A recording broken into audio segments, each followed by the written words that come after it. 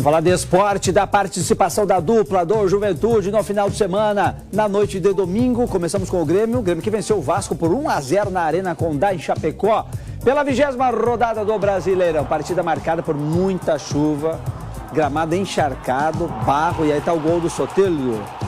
Bonito gol dele, hein? Bonito gol dele. O único gol do jogo foi anotado pelo venezuelano Soteldo, que bateu o cruzado depois da assistência do Pavon.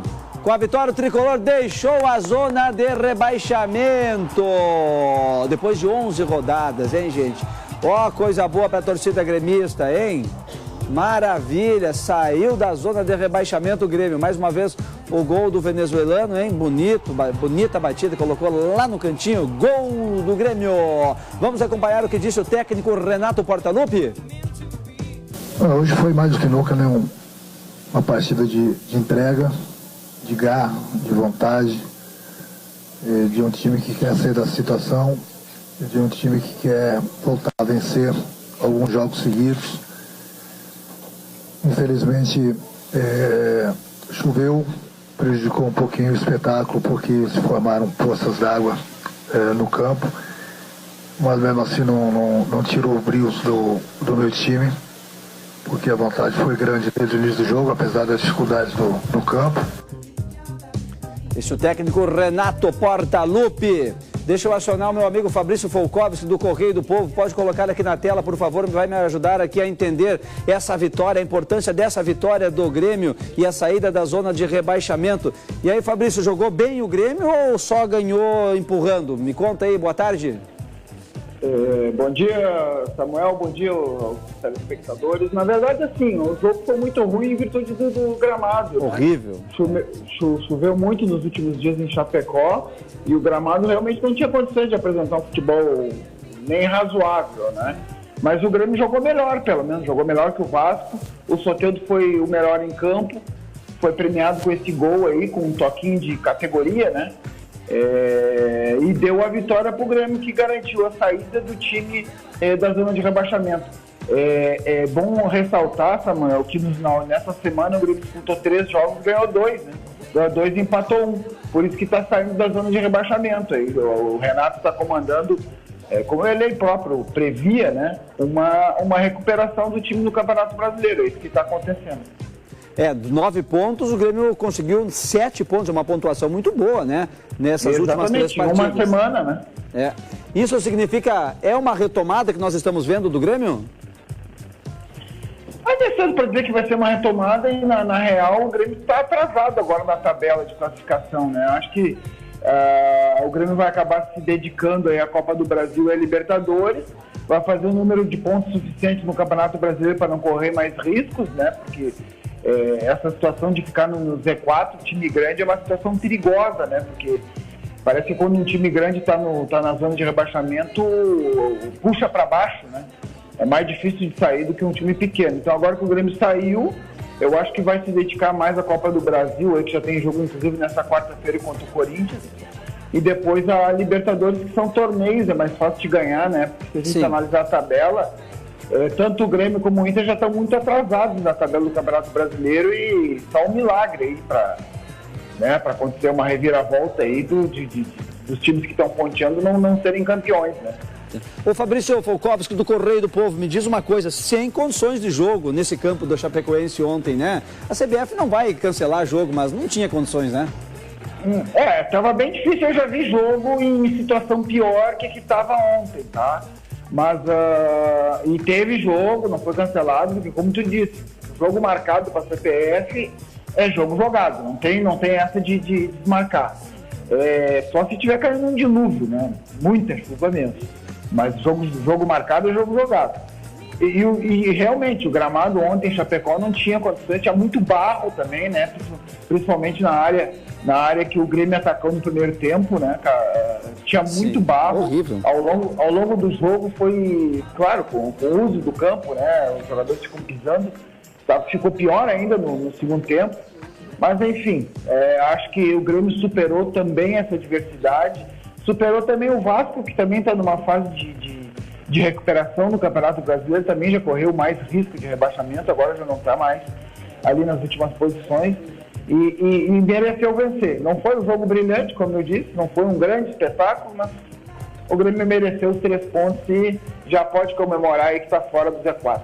Agora vamos falar de Internacional. Inter que empatou 1-1 com o Bahia lá em Salvador. Os baianos abriram o placar, início do jogo. O uruguaio Depena cobrou falta na segunda trave. O zagueiro David Duarte ganhou de Rafael Borré pelo alto e colocou a bola na rede, sem chances para o goleiro Sérgio Rocher.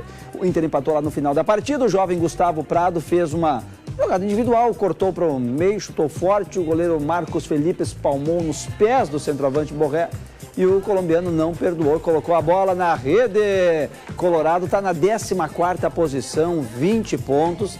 Agora está se preparando para enfrentar o Palmeiras no Beira-Rio. Partida marcada para o próximo domingo, 5 horas da tarde. O técnico Roger Machado falou depois desse empate. No fim do jogo, o técnico falou com a imprensa, né? O parecer dele a respeito desse empate. Coloca na tela. A gente conseguiu manter o nível de intensidade do jogo que o jogo precisava, né? Talvez o resultado de vitória fosse o mais justo, mas é um ponto importante desse recomeço, né, que a gente entende que pode ser esse caminho.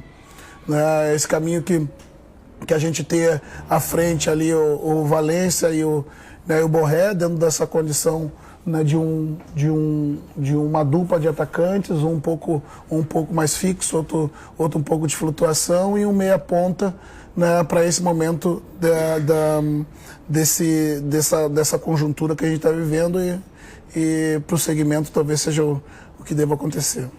Vamos acionar mais uma vez meu amigo Fabrício Volkovski do Correio do Povo, porque o Internacional vai ter uma semana livre, né, para trabalhar bastante. Será que isso vai fazer a diferença para o jogo de domingo contra o Palmeiras?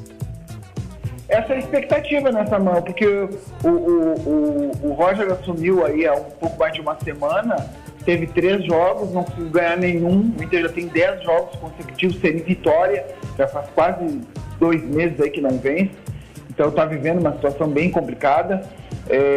E pela primeira vez o Roger vai ter, por um motivo ruim, né? Porque se o Inter tivesse continuado na Copa do Brasil, tinha jogo no meio da semana. Sim. Mas por ter caído, justamente, ironicamente, para o Juventude do Roger, caiu da Copa do Brasil, o Inter tem agora uma semana livre aí que vai poder treinar. Então, sim, o Roger vai poder mostrar para os jogadores quais são os planos de time que ele tem aí na cabeça dele, porque em vários momentos, pelo que a gente conhece do Roger, o sistema de jogo dele é um pouco diferente daquele que o Eduardo Cudê usava, né? Então ele mesmo já disse que várias alterações ele teve que fazer na base da conversa nesses últimos dias, nesses 3 últimos jogos. E agora, finalmente, ele vai ter uma semana, então, livre de jogos para poder treinar. Hoje os jogadores do Inter estão de folga, eles se reapresentam amanhã e aí vão ter uma semana cheia. O jogo contra o Palmeiras é só no domingo, né? Então eles vão treinar aí 5, 6 dias, visando exclusivamente esse jogo. E a esperança da torcida é que já se perceba alguma melhora, né? Porque o Inter, além de não ter tido bons resultados ultimamente, ele também não está jogando bem, né? Ele até apresentou uma leve melhora contra o Bahia nesse jogo de sábado à noite, mas mesmo assim ainda não está jogando bem, né? O futebol apresentado é desproporcional com a qualidade dos jogadores que o Roger e antes do Cudê tinham à disposição, né? É um elenco muito caro, de jogadores com experiência inclusive internacional e que não rende como time. Os jogadores individualmente são bons, mas não tem rendido como time. Tomara que o Roger consiga encontrar a fórmula para fazer esses baita jogadores, né, individuais renderem no time do Internacional, porque de outra forma não funciona. O time tem que ter a coletividade. Vamos falar do Juventude agora. Juventude que foi derrotado, né? Foi mais uma vez uma derrota do Juventude, está aí na tela as imagens do Juventude sendo derrotado. Perdeu para o Criciúma. E o Juventude também está numa fase, hein, Fabrício, complicada depois da saída do Roger, né? A saída do o Roger estava trabalhando já há bastante tempo, né? Disputou o Campeonato Gaúcho, enfim, estava já há bastante tempo. O Juventude já jogava ao estilo Roger, né? Que gosta de futebol mais apoiado, né? Com os jogadores mais próximos. O o Juventude estava jogando dessa forma, assumiu um técnico novo, né? E aí agora demora um pouquinho até engrenar, né? Mas o Juventude está fazendo uma campanha relativamente segura no Campeonato Brasileiro. Se a gente for analisar friamente, o campeonato do Juventude é escapar do rebaixamento, né? Se ganhar uma vaga aí na Copa Sul-Americana vai ser um grande lance, né? Vai ser um grande feito para essa temporada ainda. Mas estava indo bem o Juventude, né? Mas constantes trocas de treinadores ali, infelizmente, isso acaba prejudicando o time. Aliás, o que disse o técnico Jair Ventura? Coloca na tela. A nossa volta para o Jacone, depois dessa sequência fora de jogos de casa. Mas agora também não adianta eu vir aqui e achar vilões, culpados, né? Acho que a gente tem que fazer ajustes, todos nós sabemos disso, e vai ser trabalhado internamente para que a gente possa recuperar e também vencer fora de casa, né? Vencendo um tabu que a gente não conseguimos na Copa do Brasil, mas tenho certeza que a gente vai reagir. Estamos todos tristes quando você perde em casa, mas agora é dar confiança, né? A gente veio hoje na nossa linha de 4 do último jogo sem 3 jogadores, perdemos o Kaique ainda, uma sequência pesada, mas temos que fazer ajustes e a gente não perder a confiança e para que a gente possa voltar a vencer o quanto antes. Vamos dar uma olhada na tabela do Campeonato Brasileiro. Pode colocar na tela, por favor, a tabela do Brasileirão. Os nossos times aqui do Rio Grande do Sul ainda do lado de lá da tabela, né? Na parte mais complicadita, entre os últimos 10 do Campeonato Brasileiro.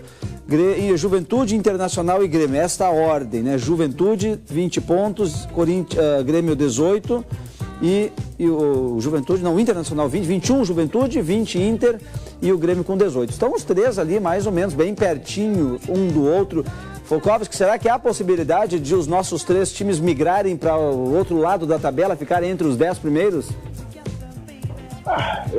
Possibilidade tem, né? Mas nesse momento o campeonato dos 3 ali, porque são muito próximos, apesar do Inter tem 5 jogos a menos que a maioria dos times, né?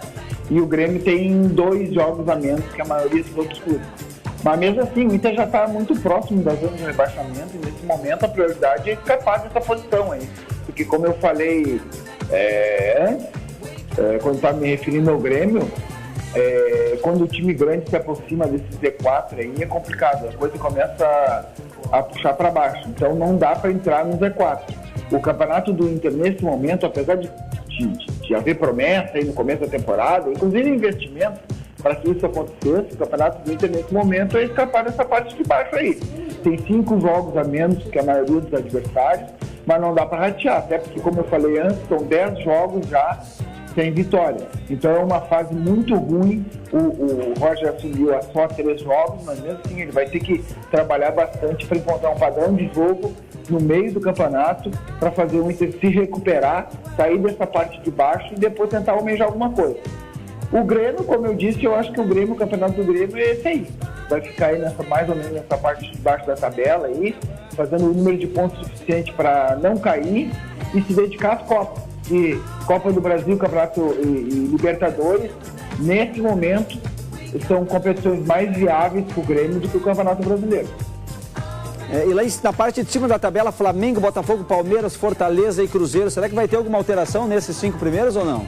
Não acredito. Eu acho que o campeonato vai ficar entre Flamengo e Palmeiras. O Palmeiras se atrasou um pouquinho, perdeu nessa rodada. O Botafogo também perdeu nessa rodada, né?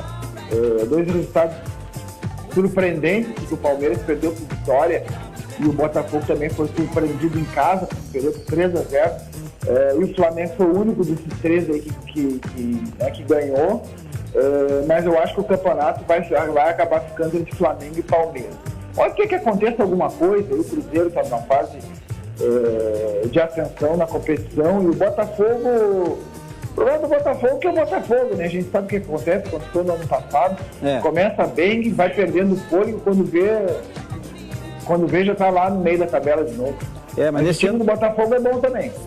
Nesse ano está segurando um pouco mais o Botafogo ali na parte de cima. No passado desandou, né? Mas vamos acompanhar, seguir acompanhando aí o Campeonato Brasileiro. Agora vamos falar de esporte olímpico. O Sojipano, o nosso Sojipano, o Daniel Carnim, foi surpreendido na manhã de hoje. Perdeu, infelizmente, na primeira rodada das eliminatórias dos Jogos Olímpicos. Foi eliminado pelo judoca do Kosovo, Akil.